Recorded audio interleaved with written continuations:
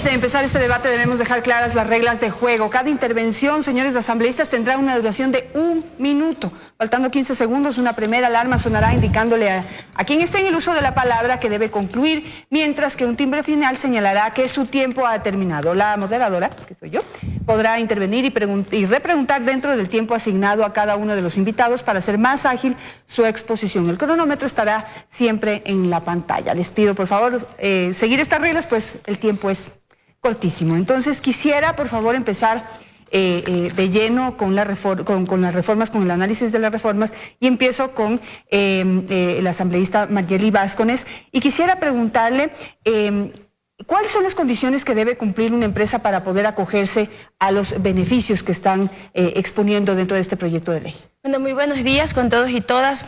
Decir ante todo que esta es una ley que protege el trabajo, que permite que los jóvenes puedan acceder a nuevas plazas de empleo y principalmente, de acuerdo a lo que usted me preguntó, nosotros hemos puesto algunas condicionantes dentro del proyecto de ley en el informe de primer debate y por sobre todas las cosas esta medida de reducción de la jornada es una medida extraordinaria, es una medida temporal, es una medida previo acuerdo entre trabajadores y empleadores y decimos que es una medida extraordinaria porque es una medida que solamente se puede dar en el caso de que una empresa tenga dificultades económicas tales que esas dificultades económicas la puedan llevar o puedan desembocar en el despido de trabajadores. Solamente allí se puede pedir la reducción de la jornada. No es algo general, no es que estamos cambiando de 8 horas a 6 horas, es algo netamente excepcional.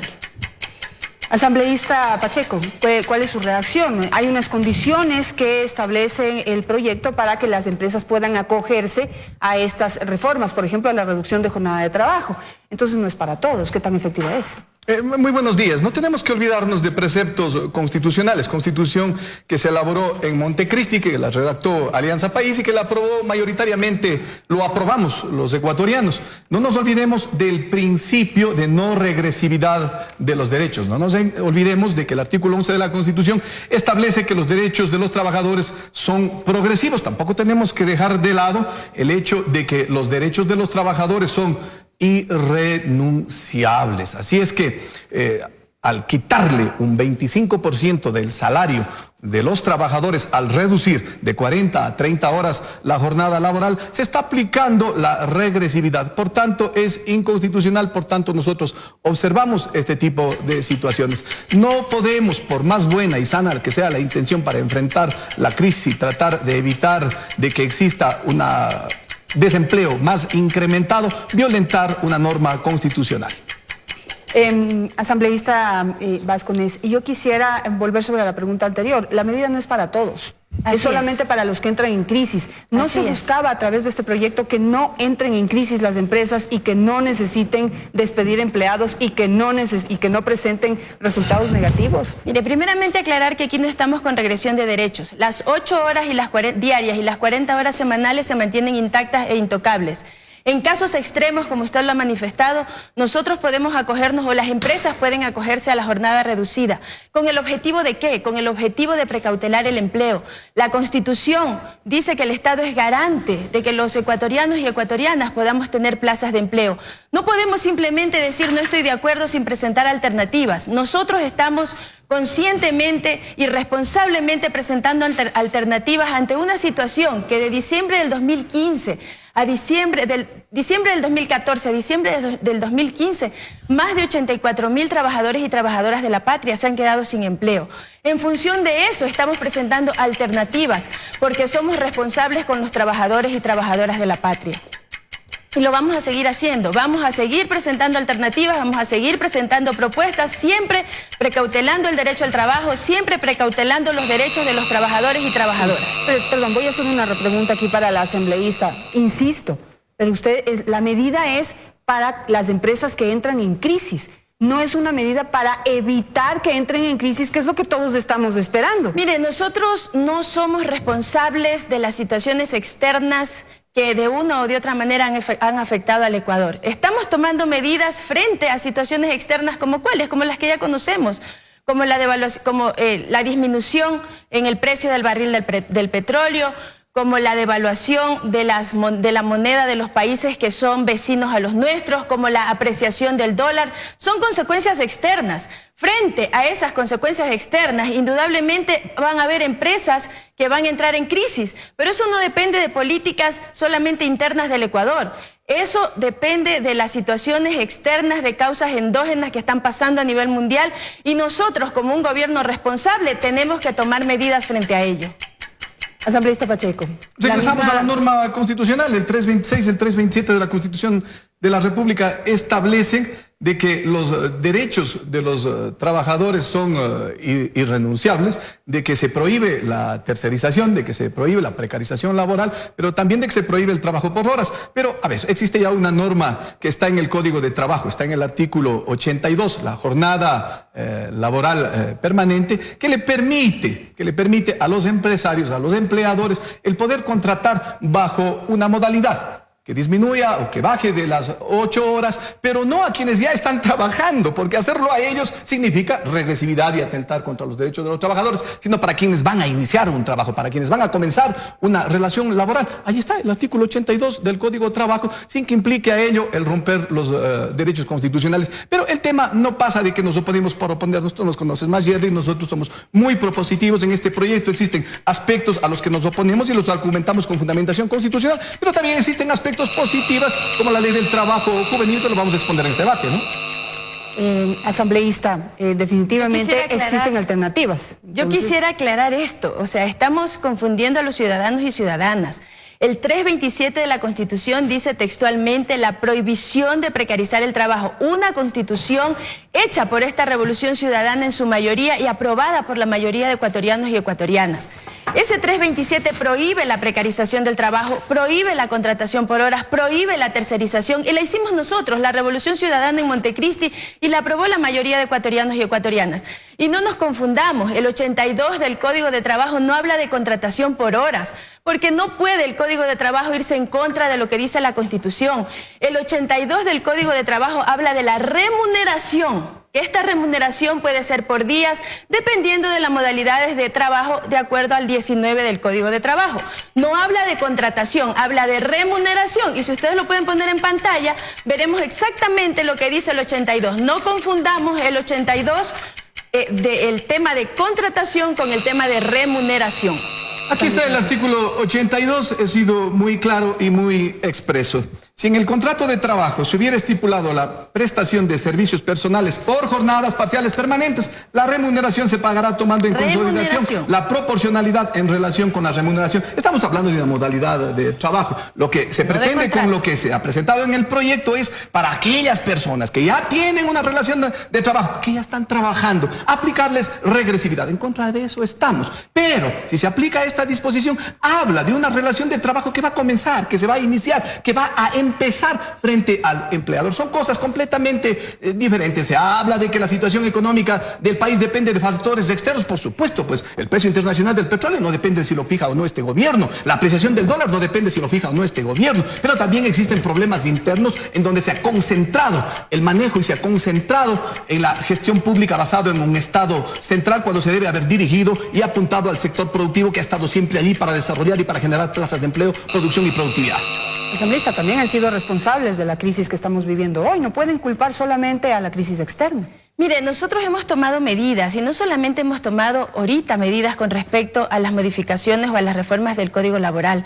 Nosotros hemos tomado medidas como aprobar esa ley de alianzas público-privadas, que lo que hace es aumentar o permitir que se aumenten las plazas de trabajo. Nosotros hemos aprobado medidas como Ejecutivo y como Legislativo, un sinnúmero de medidas, entre esas están las salvaguardias. Muchas veces en un escenario ideal estas medidas no hubieran tenido que tomarse, pero por consecuencias externas hemos tenido que tomarlas responsablemente y seguimos tomándolas responsablemente. Y vuelvo y repito, si leemos y no descontextualizamos el artículo 82, dice exactamente el título de ese artículo: remuneraciones por horas diarias, semanales y mensuales. Remuneraciones, no contrato, porque el contrato por horas está prohibido por mandato constitucional, artículo 327. Y eso tiene que estar claro. Y lo que nosotros ahora estamos proponiendo es reducción de la jornada, pero en casos extremos, no como una medida general ni generalizada. Una pregunta, pero en casos extremos, el trabajador puede renunciar a sus derechos? Porque ahí está el meollo del asunto.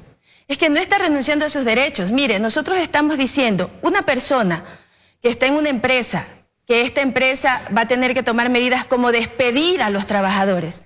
¿Qué es preferible? ¿Que me despidan o que se haga una reducción de la jornada? Porque estamos hablando de empresas que van a despedir a trabajadores, 20%, 10%. ¿Y qué mayor precarización del trabajo que el despido de trabajadores? Nosotros tenemos que responsablemente y no demagógicamente hablar. Y responsablemente significa dar alternativas para que no se produzcan más despidos, porque estamos basándonos en estadísticas del INEC y estamos mirando cómo consecuencias externas que han afectado al Ecuador y que han afectado a muchas empresas ecuatorianas están llevando al despido de trabajadores y trabajadoras de la patria. Todas las empresas se quejan también de que hubo falta de apoyo de aquí del gobierno. Pero quisiera pasar, el tiempo se transcurre y quisiera hablar de la propuesta de seguro de desempleo. Y empiezo con la posición de Byron Pacheco. Por supuesto, el seguro de desempleo viene a cubrir lo que hoy se llama fondo de cesantía, que no es otra cosa más, sino el aporte periódico que va a una cajita acumulada en donde el trabajador pone el 2% y el 1% los empleadores. Pero ¿qué es lo que pasa? Si se crea el fondo de desempleo o fondo solidario, el 1% será dividido solidariamente. Pero, a ver, aquí se está tratando de ser generoso con plata ajena. Nosotros vamos a proponer, porque estamos para eso, no somos críticos por criticar, somos gente absolutamente propositiva. A ver, con las inversiones y las rentabilidades que tiene el IES o el BIES, con el banco, con un banco que es muy eficiente, que le ha dado la facilidad de crédito para que obtengan una vivienda, un terreno o cualquier otro tipo de situaciones, esa rentabilidad, quitémosle un poquito y financiamos ese fondo. Y los bonos que el Estado Central le pone al IES o le pone al BIES, al rendimiento del 8%, póngale un 1% y tenemos un fondo financiado sin tocar los fondos que tienen dueños, que son los aportantes.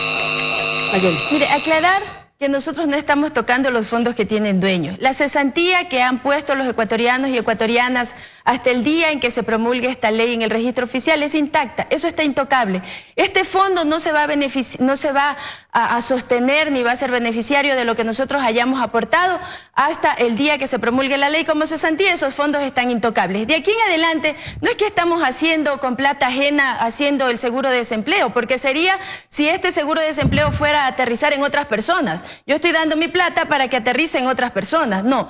El proyecto de ley está proponiendo que este seguro de desempleo, con los recursos, con el 2% que aporta el trabajador y el 1% que aporta el empleador, se revierta a mí misma en el momento o en el supuesto no consentido que me pueda quedar sin trabajo. Entonces, no es que estamos poniendo la plata de una persona para otra persona, es para los mismos afiliados, es para los trabajadores y trabajadoras que en un momento dado nos podamos quedar sin trabajo y podamos tener un seguro de desempleo que tiene una particularidad, ese 1% de un fondo solidario. Claro, pero los nuevos empleados que se queden sin empleo y no han aportado lo suficiente para financiar esa cesantía, van a tener que ser financiados con el aporte que hagamos los otros trabajadores que hemos aportado por años y que gracias a Dios no nos hemos quedado sin trabajo. Para nada. La cesantía que se ha aportado hasta el día que se promulgue la ley o que se publique en el registro oficial es intocable. No es esa cesantía la que va... los nuevos fondos. Por eso, los nuevos fondos... que antes era solo para mí, ahora es para todo el mundo. Los nuevos fondos empezarán ya con los aportes nuestros, de ahí en adelante, 2% de los trabajadores continuarán en cuentas individuales, el 1% sí va a pasar a un fondo solidario. Nosotros, con un pensamiento de izquierda, con un pensamiento revolucionario, creemos que entre ecuatorianos debemos de ser solidarios y debemos de aportar quienes tenemos estabilidad laboral. Para aquellos que no la tienen y en un momento dado se pueden quedar sin trabajo, que ese 1% del fondo solidario pueda cubrir las necesidades de ese ecuatoriano y ecuatoriana.